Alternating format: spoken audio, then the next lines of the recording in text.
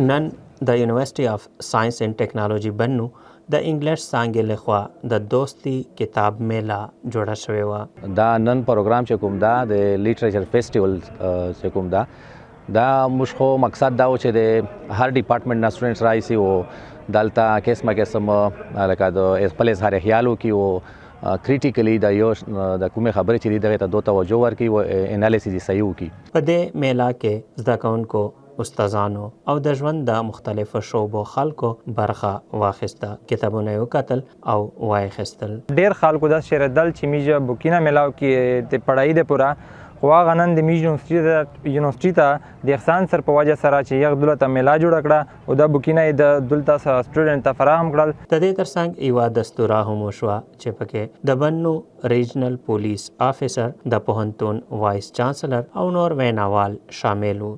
دوی د ادب، ژبې، تخلیق او په نورو مهمو موضوعاتو باندې خبرې وکړې. ډېر قسم پرسنالټیز دغه روغلي دي او خپل چې دی خپل سوچ مطابق څه خبرې کول غوړي د لیټریچر بری شي هغه لګیا دي او دا ځکه که تاسو وګورئ مختلف بکس په ټیبلز باندې لګېدلي دي او سټوډنټس ارسي او خپل ځون ته ناولز بای کوي یا ډیفرنٹ ډراما چې کوم بکس دي یا قسم دا ځکه لیټریچر حواله سره کوم بکس دي ادیته اویلیبل دي. دا کتاب میله نه یوازې د زده کوونکو لپاره یوه خاموکا وه بلکې خلکو ته د لوست پوهې او فکر نوې زاویې هم وښودلې.